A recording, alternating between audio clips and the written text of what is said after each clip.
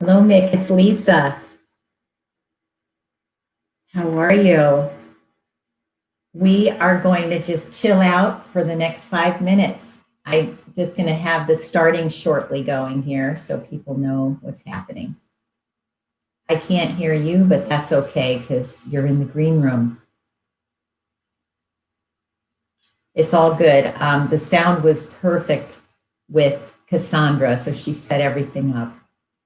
I'll see you in about 7 minutes, okay? Thank you.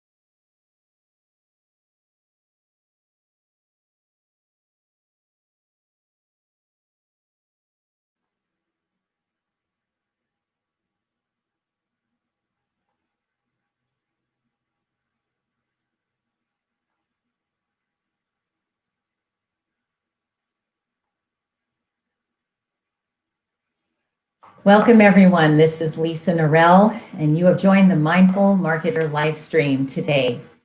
I help marketers and CEOs accelerate growth and innovation. I'm a frequent speaker, advisor and LinkedIn Learning and Skillsoft faculty member.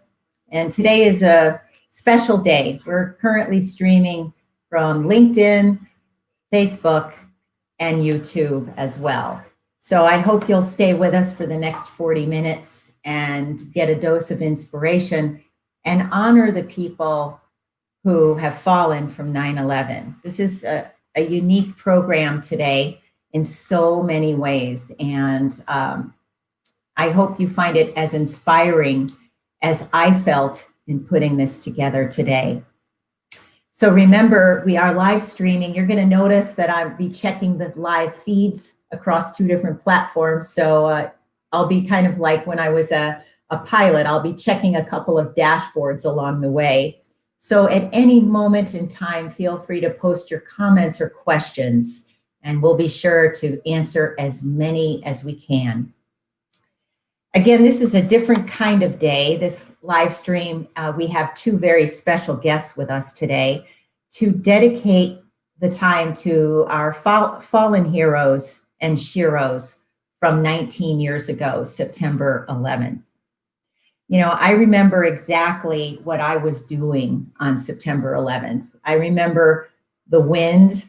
I remember the air temperature and the moment that my parents called me when I was living in San Diego, California, to tell me about the fallen Twin Towers and the Pentagon and all of the terrible tragedies that occurred on that day.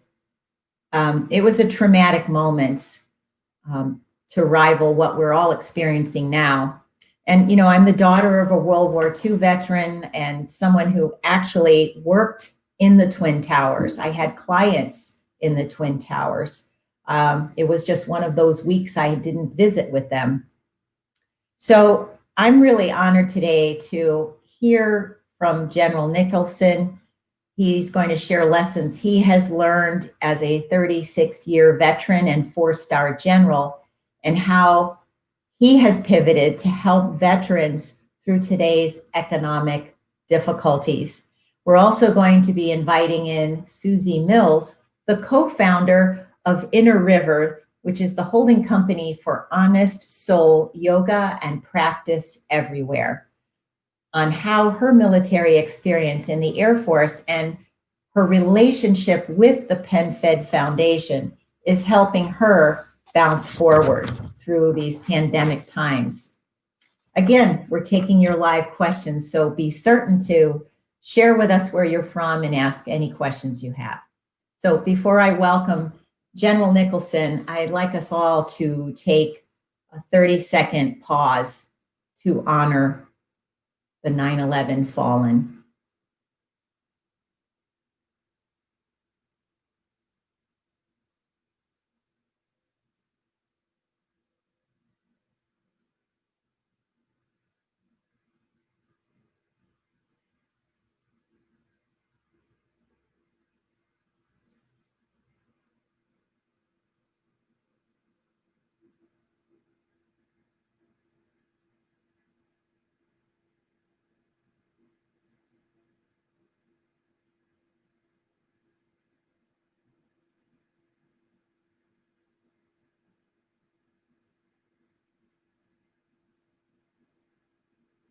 Thank you all. So let me first introduce our special guest. General John Nicholson is the president of PenFed Foundation. It's a national nonprofit that provides service members, veterans, and their businesses with the skills and resources they need to improve their financial stability. Since its founding, the foundation has given over $30 million in financial support to our military community. What better way to honor our 9/11 heroes and veterans than to do this today? He's also a retired U.S. Army 4-star general. His service spanned 36 years. He last commanded U.S. forces in the Afghanistan War and NATO's Resolute Support Mission, and he is the longest serving commander in Afghanistan with over 6 years in combat. Now, all of us probably remember 9/11 and what we were doing, but his story is pretty special. He had just joined the Army staff as a lieutenant colonel, serving as a strategist for the Chief of Staff of the Army, General Eric Shinseki. His office was just 100 feet from where the nose of the hijacked Flight 77 crashed into the Pentagon. So I want to, again, thank you for joining us today on this very special day. I know you had a very special morning. Love to hear you tell us about it. Thanks, Lisa. And thanks so much for hosting this program, and especially for remembering and honoring our fallen from 9/11 and all of those since then who have helped to keep our country safe. Thank you. And thank you for your service. Oh, you're very welcome. It's a pleasure to be with you, and it's great to be able to talk about our veterans and the contributions they make off the battlefield, as well as the ones they made keeping our country safe. And we had a ceremony this morning here at PenFed, and PenFed has many veterans in the organization. And of course, we serve many service members and veterans with our foundation, focused on their financial stability and financial opportunity. But today was a day of remembering. And we had a number of the veterans who serve here, who spoke about their experiences. As you mentioned, but by the grace of God, I was not in my office that day. We were moving into our new home. Our move had been rescheduled. I should have been at the office, but I wasn't. And as you mentioned, the plane passed within 100 feet. And sadly, we lost many friends and colleagues that day. And since then, many have been in uniform, were inspired to ensure that this never happened again to our country. And I know that moment defined the service of those in uniform at the time and those who subsequently joined. And we remembered those people today. We talked about them and told their stories. So it was very meaningful. Thanks for asking. Yes. And I saw on a lighter note that when you spoke today, you actually had West Point with you at the ceremony. Tell Sure. Let's bring a little levity now as we look, we're talking about bouncing forward. Right. We're not talking about living in the past today. And so as we all are together in this bouncing forward, tell us a little bit about West Point, how he's helped you as a leader bounce forward. Great, thanks. And so West Point is a service dog for Canine Companions for Independence. And we've had 5 of our teammates here at PenFed all raising puppies, our volunteer puppy raisers.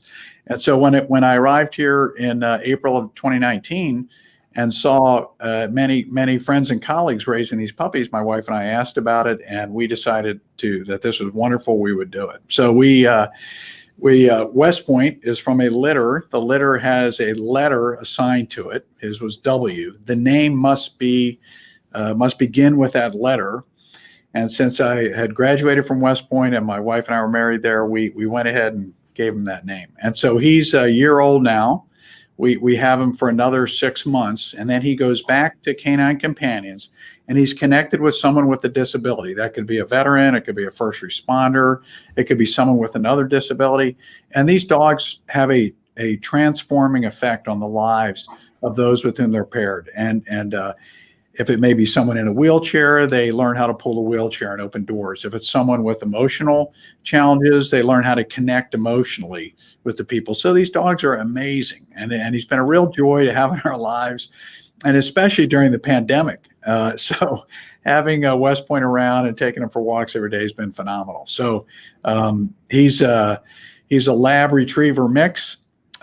We do training every other week. We get together with professional trainers, and so we learn how to train him properly and care for him. And it's going to be tough to send him off to his big job in February. We know he's going to be great. So we're really happy to play the part and bring him on board.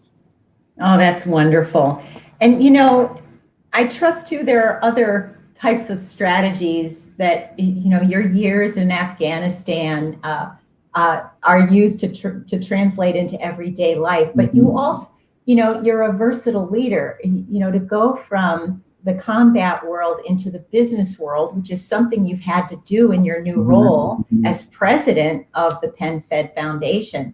You know, I'd love to hear from you, like what skills you found most transferable. Well, one of the things that's really been humbling to observe is the respect and gratitude on the part of the American people for those of us in the military. And I knew of it in an abstract sense, but again, I was living outside of the country. But it's really humbling to experience firsthand just how grateful the American people are. At the same time, it's also been interesting to try to translate military experience into the private sector. And as you point out, I think this is one of the fundamental challenges that many veterans face is they tend to be high-performing individuals. They have great leadership skills, mission-focused dedication, stamina, ingenuity and creativity. But often they run up against maybe, again, folks that appreciate what they've done but don't maybe understand that they bring all those qualities to an organization. They may perceive of the military as very hierarchical, and you simply follow orders and there's no room for creativity. In fact, today's service members are some of the most creative and energetic people you'll find anywhere. And so helping veterans through the foundation to make that connection, to maybe bridge through a challenge. When the pandemic struck, we stepped in with emergency financial assistance to many veterans who were particularly hard hit. They might have lost a job. Their spouse may have lost employment. If they were in the National Guard or reserves, then their drills might have been suspended. So many of these very self-reliant, silent, strong types suddenly found themselves in a spot where they needed help. Yes, and today I wanted to specifically mention we have one of those resilient veterans with us, and she's going to be joining very soon. But before we do that, there's a specific program I want people to know about, because a lot of people who are going to be watching this now or after the replay has been posted, are going to be asking about, well, what is it that the foundation actually does for entrepreneurs? Sure. And the people who read my books and attend my keynotes are mostly CEOs or small business owners and founders. So tell us about this program known as VEIP. Right, the Veteran Entrepreneur Investment Program. And so what we found was, each year about 250,000 young people join the military, and the same number roughly get out. And when you canvass that group getting out, a significant number of them, tens of thousands, want to start their own business. And they bring all these skills that I mentioned: energy, creativity, focus, discipline, leadership. But they often lack the financial know-how. How do they set up a business? How do they do their financing and accounting? They lack access to capital, and they don't have a network that can support them in the private sector, or maybe a mentor. And we find that with these specific things, once they get those, they tend to outperform their non-military counterparts. They tend to be more successful if they can get access to capital and the kind of financial know-how they need, and make tremendous contributions to our economy. So we think this group of veteran entrepreneurs actually are ones that can help us come out of this pandemic and put more people back to work. So what we do is educate, prepare, and invest in them. And the education is giving them the financial, accounting, business education and know-how that they need, and then helping to get them in front of investors who may choose to invest. And Suzie Mills, who we're going to hear from today, is one of those businesses who we have invested in and others have invested in. And when she tells you her story, you're going to be quite impressed, because of many of the qualities I talked about, she demonstrates in abundance. Great. Well, let's talk some more about abundance. Let's welcome Suzie Mills. Suzie, good afternoon. Good afternoon. Hi, General Nicholson. Hey, Suzie, how you doing? I haven't seen you in person in so long. I know. It's been a while. Great to see you. We're getting used to the video interface here. Great. Good to see you. I love this. I love this. This is great. Well, I'm glad I could bring you all together today. Thank you. I really am. I mean, I've been told I'm a good host of people. Yes, you are. And now that I can't do it in person like I did with our marketing leaders, communities, and peer groups, at least I get to do it on live stream. So Thank you for that. Susie, I'm so glad you made it here. You and I had a little chat beforehand about your journey, and why don't you help us understand how you and Mick and the foundation have worked together, and where did they make a difference for you? Yeah, so I got introduced to the PenFed Foundation through a pitch competition that I did. I can't believe it's only been a year, last summer, for the Women's Virginia Veterans Summit. That's a mouthful.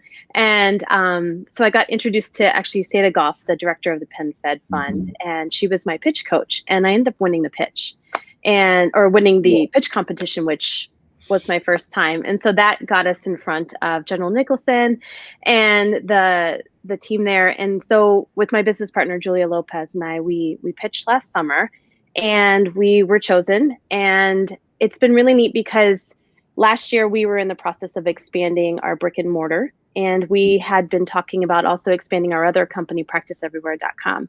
And through the PenFed Foundation and the Veteran Entrepreneur Investment Program, we've not only gotten the capital, but truly it's the resources and it's the connections that we've had that's allowing us to, especially right now, make a lot of really important decisions and pivoting our business in a way that fits this new world. So we feel so lucky that we've had access to really amazing leaders to help guide us and give us insight and direction on where our business could be. And something that I really appreciate from the PenFed Foundation is that they told us when we pitched that they were not investing in our companies, but they were investing in Julia and I. And to have someone say that to us just makes such a difference and knows that no matter what we can do anything. Yes, and that gives me chills right now. Mm-hmm.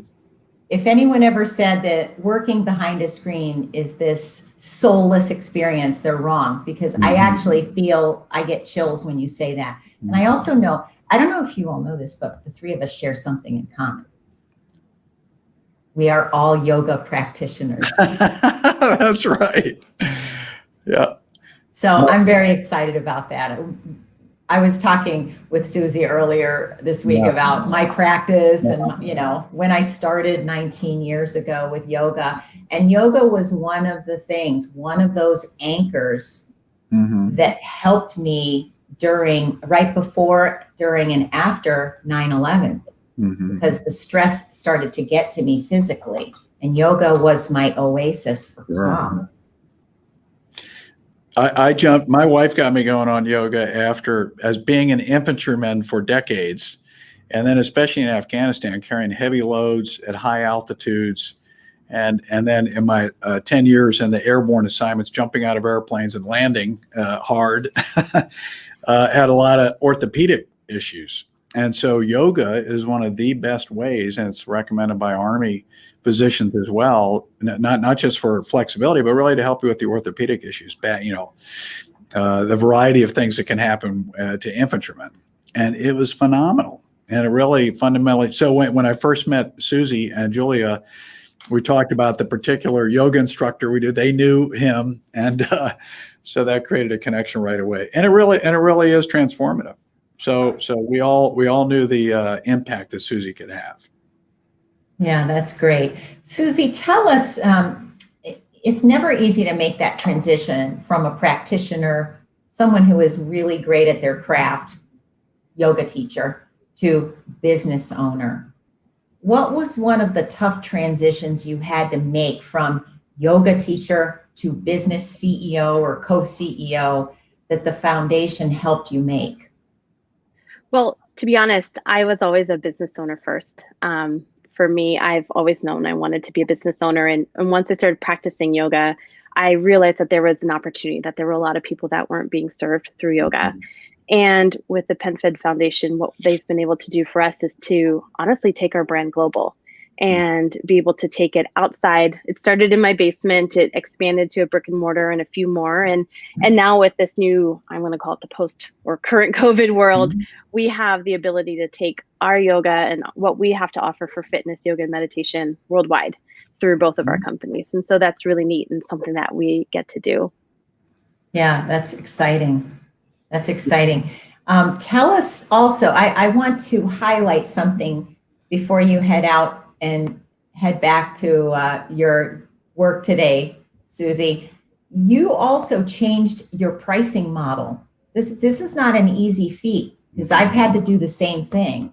You shifted from a class by class, show up and practice model, membership model, to a recurring revenue model online.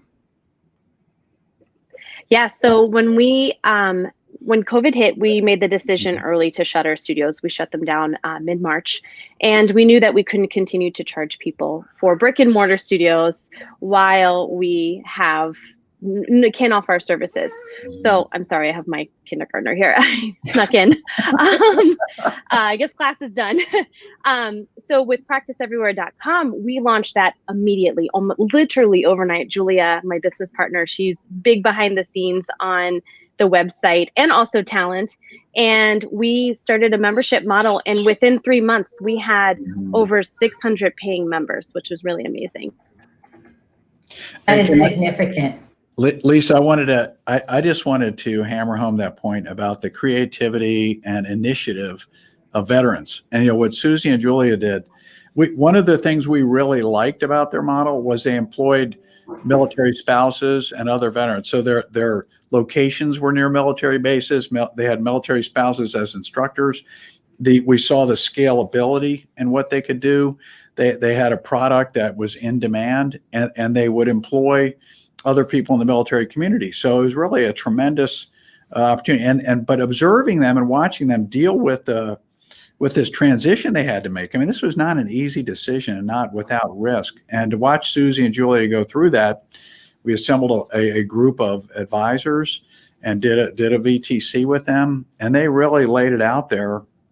And everyone was so impressed with how they creatively thought of the new direction and then did it. I mean, they demonstrated their courage, again, that veterans demonstrate, off the battlefield as well as on the battlefield. Susie has served in Afghanistan, and they made it happen. Really impressive. I'm telling you that it may sound easy, but it's not. It's simple, but it's not easy. That's what I tell people about being an entrepreneur and being able to shed ourselves of old programs or models that no longer work for us. Because what I find now, I've worked with several hundred entrepreneurs and CMOs over the last 19 years of my business. And Susie and I have one thing in common as well, which is we're probably unemployable at this point. But, one of the things the reason I have so many coaches in my life is because they are willing to tell me the truth when it's time to say that model no longer works. You should stop doing that. And we have to go set up a few new experiments. By the way, we have a question here we have people here joining. Cindy from San Diego is here. I have Shauna from Leesburg, Virginia. And I have a question from Drew in DC. The question is, wonderful to hear from Susie and General Nicholson. What are some of the big lessons to be an entrepreneur that you've taken away from the program? And advice for others starting on the journey? Do you want me to answer that one? Please. So, big lessons. Well, it's really interesting that I joined the program last summer and we really kicked it off in the fall, and it's been almost a year, and COVID has been a big part of it. And so we've had to really look at our business in a whole different way. And during quarantine, this is a silly story, but it's so important. I started reading my 5-year-old Harry Potter. And it was so timely for me as a business lesson, because at the end, when Dumbledore is telling Harry, name Voldemort, name your fears. And we don't run from our fears. And that, it still makes me choke up. Hit me so hard as a business owner now or anytime, is that naming your fears and not just what you're scared of, but what are all of the things that could possibly happen? What is out there as a business owner? What are your options? So taking it past your fears, but laying out all the directions on the table, all the cards, that way you can make the best decisions possible once you have all the information. So like fact finding. And sometimes that fact finding takes us to scary places or places that make us nervous or nervous excited.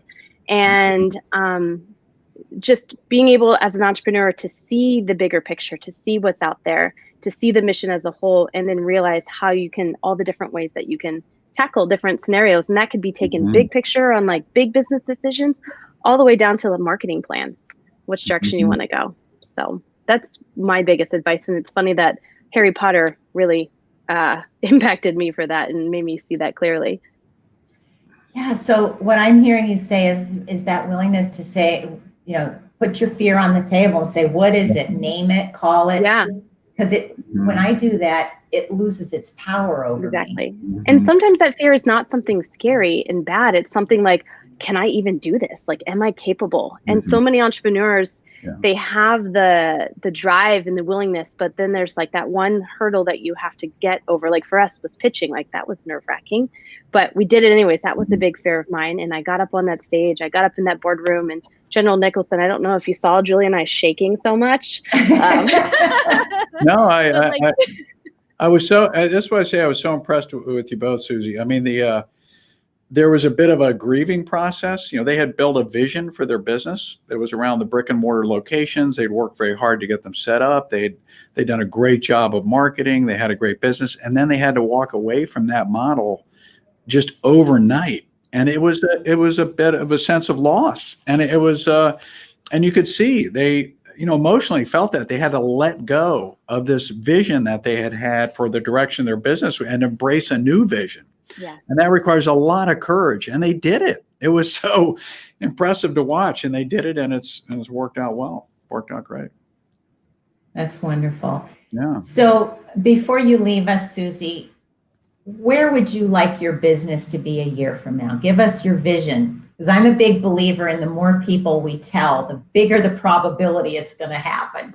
Yeah, well, we're letting our brick and mortar just kind of sit for right now, see where it goes with all of COVID. But practiceeverywhere.com, something that's always been a big vision of ours and that really got pulled out of its shell with PenFed, is right now we're at 700 members. And by the end, a year from now, I'd love to be at 5,000 members globally. And to be able to take our website and our people that we have on our team teaching literally from all over the world. We even have a military spouse in South Korea right now teaching for us from South Korea. But get global, become even more global than we already are, and have 5,000 members on our website. That would be huge and life-changing for our business. All right, let's hold that. We hold intentions when we start our yoga practice, when we get on the mat. So why don't we all, who are watching and listening to this today, let's all hold the intentions for that to come to life. Thank you. Yes, absolutely. Well, Susie, we hope many, many millions of people go to practiceeverywhere.com and benefit from the calming, focused nature of yoga through your organization. And we're very grateful that you were here to be with us today. Thank you so much, Lisa. I really appreciate the invitation. We'll see you back in the live stream sometime. All right. Bye. Thank you, General Nicholson. Bye. Thanks, Susie. Great to see you again. You too. Success stories, very inspiring. Very inspiring. And of course, there's, when we had the investors around the table working with Susie and Julia, they're asking tough questions and about the model and the way to go. And what was so impressive, and I come back to these qualities that veterans possess, they're courageous. They're willing to take risk. They're willing to put it out there. And that's not a gamble. I mean, it's a risk. It's a calculated risk. It's done with advice. It's done with within the framework of a financial understanding and a business plan. But at the end of the day, they took that step. And as she said, they've hit pause on one aspect of their vision and developed this other one, and it's worked out well. I mean, fundamentally, the model, the idea that their instructors move around the world and the business moves with them. They took that virtual as opposed to brick and mortar, and it was in retrospect, you say, of course, that's a great concept, but it involves some courage to make it happen, and they did it. It does. And this is one of several industries where we are just seeing an explosion in demand. The portable fitness industry. Right. Peloton certainly helped lead the way in this. And just they just reported their numbers on Wall Street yesterday. I think they were, well over 100% in their EPS results. The benefit, I'm just going to riff a little bit here on practice everywhere because, I went in and did my secret shopper thing because I'm a marketer and, I couldn't help myself. And one of the things that struck me was that, there is a pricing model for every level. Right. And we're seeing that with Peloton. Peloton just came out with a bicycle and another type of fitness machine, I believe a treadmill, and they're about 20 or 25% less expensive than their high end. Right. So we're going to see more of this opportunity as practice everywhere grows to be able to appeal to people's investment levels and budgets. Right. Exactly. And this, it's as if you were sitting in on some of the conversations they were having with our team of experts. And we have a group of investors who've invested in many veteran businesses, and they help veterans to understand those nuances of their pricing models and how they're going to scale up if successful. This actually presented an opportunity to scale up faster than they had originally anticipated with the brick and mortar, which had a very solid model there. Square feet per customer and over time and what that looked like. But this, of course, opened up all new possibilities, and the response was tremendous.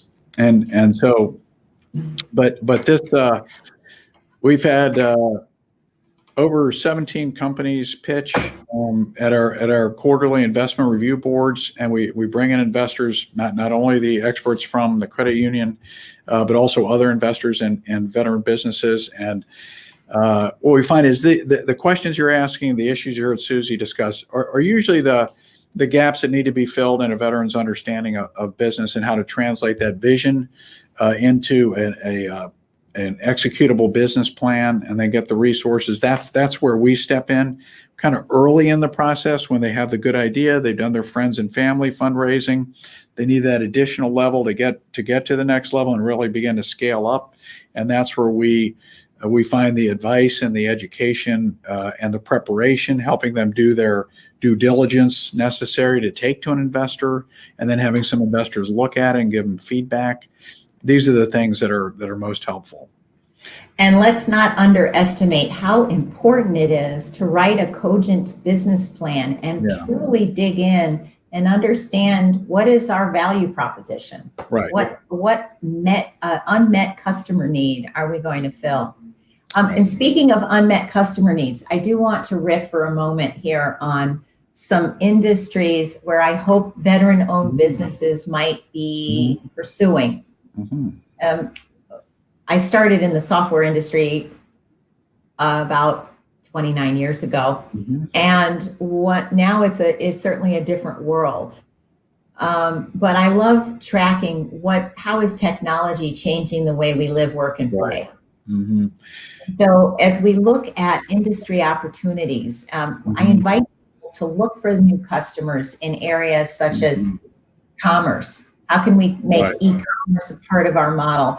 How can digital contactless payments be part of our model? Video conferencing, which we're doing right now, right? E-learning, $190 billion industry now. 3D manufacturing, autonomous vehicles, smart robotics. We're going to start seeing robotics entering the food and beverage and restaurant field. And wearable health monitors. I mean, what would I do without my Orange Theory fitness band, right? These types of wearable monitors, and of course, telehealth.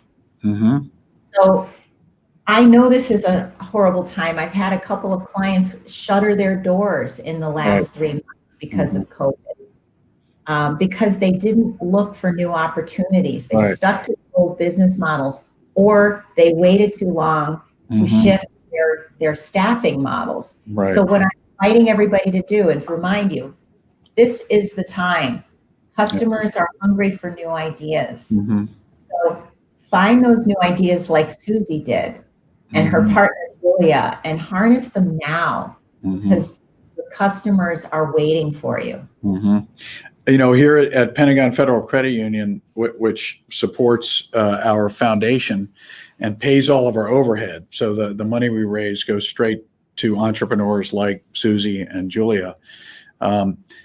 It's been interesting for me running the foundation to watch how the credit union has navigated this. And it's fascinating to see an organization providing financial services has gone to 80% remote and 15% phone. And so you end up with a very small percentage of actual in-person contact and still exceed expectations in terms of mortgages, taking advantage of the lower interest rates, has sent their mortgage business at 200% of where they anticipated they would be this year. And to be able to do all that remotely was incredible to watch. And so this credit union has actually hired more people. As the pandemic deepened, they hired more people in order to man call centers and to be able to do the remote work necessary. So it's almost counterintuitive, but it does represent, as you say, this kind of agility and ability to see opportunity in the crisis and to move with it.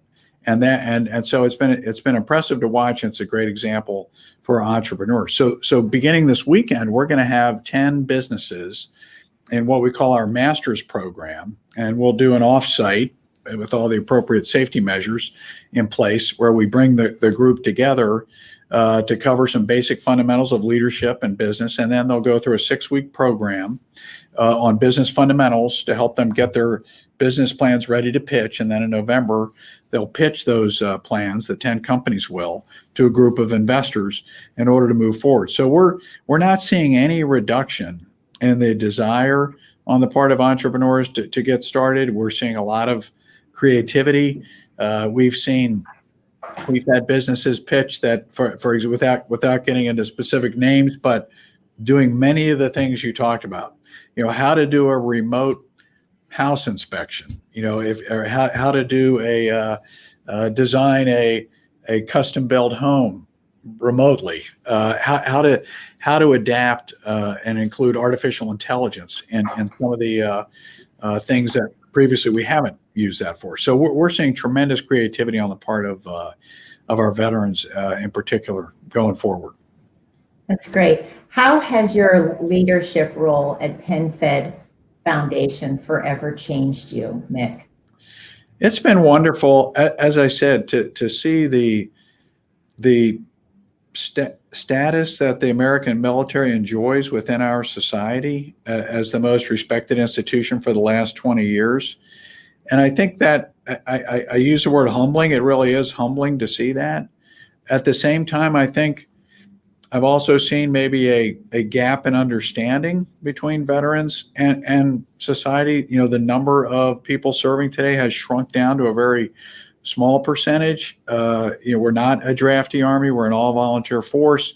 The number of people that were overseas at the height of these wars the last year, at most, was about 1.5–2% of the population. So even though there's tremendous gratitude and respect, there's perhaps a lack of understanding. And so making that connection and helping people in society who respect military members to maybe understand what they bring to the private sector, and how there are many skills that carry over. There's many attributes and qualities that carry over that can be great, make them great employees, great leaders, and great CEOs or heads of organizations.